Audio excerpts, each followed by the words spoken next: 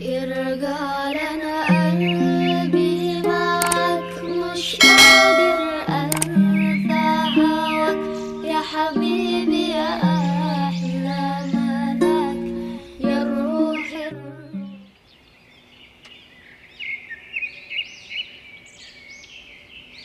melaksanakan kewajiban kita yaitu thalabul ilmi.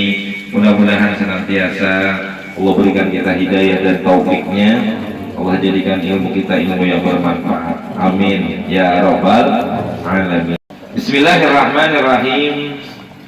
Faslun aqallud dafni.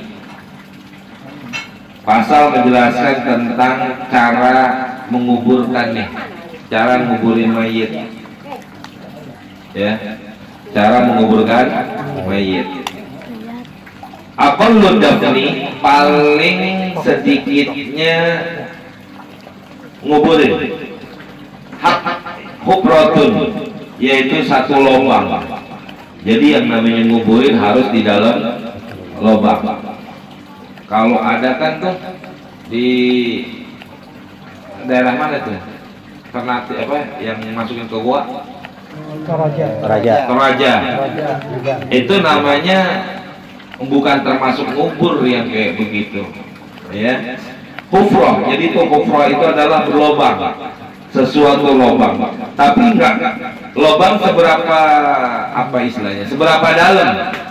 Taktumu raihatuhu, yang bisa menghilangkan atau menyembunyikan bau daripada busuknya itu jenazah. Seberapa dalamnya? Ya kira-kira aja begitu, setengah meter. Kalau dipendam kira-kira baunya sampai ke atas apa enggak? Oh enggak, cukup segitu udah. Yang kedua syaratnya apa? Watah rusuhu minas sibai, terjaga daripada binatang buas. Kalau ditaruh dipendam di dalam tanah, kira-kira kalau binatang buas apa namanya istilahnya garuk, korek-korek, bisa apa enggak? Oh enggak bisa, kalau setengah meter aja udah terlalu dalam, cukup udah. Yang penting syaratnya dua tadi, binatang buas nggak bisa ngorek-ngorek, kedua bau busuknya hilang, cukup udah nguburin begitu. Ya, itu menguburkan secara Islam seperti itu. Ya, kenapa? Karena memang kalau nggak seperti itu bukan namanya ngubur.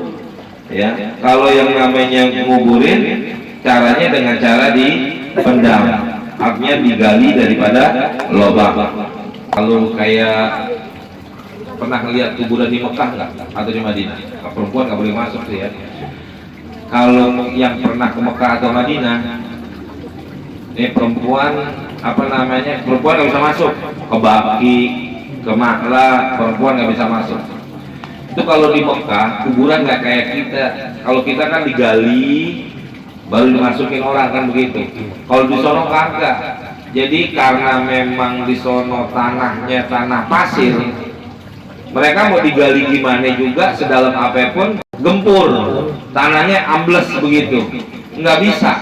Bukan ambles dari atas, amblesnya dari sana, sampai gempur namanya, gempur jadinya. Makanya mereka kalau bikin kuburan tuh kayak dibikin tembok, kayak orang bikin kolam ikan tuh ke bawah kan. Nah dibikinin tembok begitu biar supaya kagak gempur tuh tanahnya. Boleh nggak apa-apa, karena memang kondisinya tidak memungkinkan buat dia bikin seperti itu. 4 hal yang wajib dilaksanakan oleh orang yang hidup buat yang mati apa aja? Ada 4. Nyolatin, mandiin, kapanin, kuburin, wajib. Karena kalau ada orang mati kagak dikuburin, dosa semua. Orang yang tahu seperti itu. Kenapa? Karena ini kewajiban yang hidup kepada yang mati. Nah, cara menguburkannya bagaimana? Itu tadi cara menguburinnya, yaitu gali lubang yang kira-kira tidak tercium bau busuknya itu mayit. Yang kedua terjaga dari binatang buas, sehingga apa? Binatang buas itu nggak bakal memakan daripada mayat tersebut.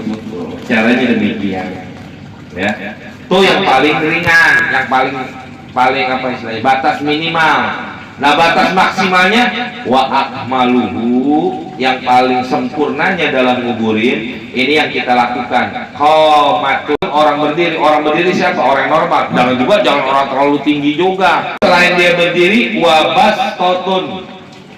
Ya, bastotun itu apa kalau kita bilang begini nih? Angkat tangan ya. Jadi kita diri, kira-kira angkat tangan dikit. Ada nggak 2 meter? Kalau ukuran normal orang itu 170-an, angkat tangan ya kurang lebih dalamnya itu kuburan 2 meter. Itu yang paling sempurna udah. Iya. Wa yudau khadduhu, dan diletakkan pipinya itu jenazah ala turabi, ke tanah. Makanya dimiringin kalau bisa. Tapi kalau di daerah tanah yang lembek banget tuh, atau dia terlalu kayak tadi tuh di Saudi tuh bukan lembek, kalau dia kan gempur, itu dia nggak perlu lagi pakai nggak perlu pakai liang landak lagi, udah pasti gempur dia dari bawah atas. Walaupun dia cuma begitu doang, tapi tetap harus dimiringin, ngadepin ke kiblat. Nah, bagaimana caranya? Supaya tujuannya itu pipi dari jenazah itu kena tanah. Tujuannya kayak begitu. Wa yajibu taujihuhu ilal kiblati, dan wajib mengarahkan mayit itu ilal kiblati, ngadep kiblat. Jadi gimana ngadep kiblat kalau nggak dimiringin? Kan begitu ya. Makanya kalau dia istilahnya tidur celentang begini aja nggak mungkin. Makanya dia harus dimiringin ke arah kiblat.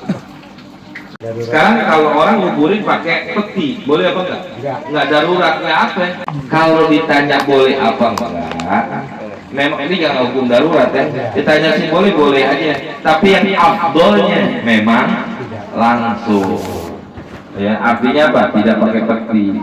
Memang itu berbeda pendapat lah para ulama-ulama kita tentang masalah itu. Tapi kalau ditanya boleh apa enggak? Boleh aja udah. Kenapa? Karena memang secara hukum ditanyakan, yang penting kan apa? Kalau tanahnya dimasukin ke dalam peti, bisa aja kan begitu. Kalau tanya boleh, tapi afdolnya mana? Lebih afdolnya adalah dengan geletakin aja, nggak usah pakai peti. Yang kedua, ada yang mengatakan kalau pakai peti ngadep kiblatnya susah. Otomatis kan orang tidur celentang sama miring, tinggian miring. Bisa nggak dia? Sedangkan ngarah kiblat itu, mengarahkan mukanya itu mayit ke dalam kiblat, hukumnya apa? Wajib.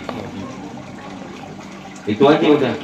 Kalau memang bisa silakan, tapi kalau enggak keluarin dari peti. Begitu. Makanya ditanya afdolnya ya seperti itu. Kenapa? Karena memang itu cara dalam kita menguburkan daripada mayitnya. Irgalana qalbi ma'ak mush qadir ansa hawak ya habibi ya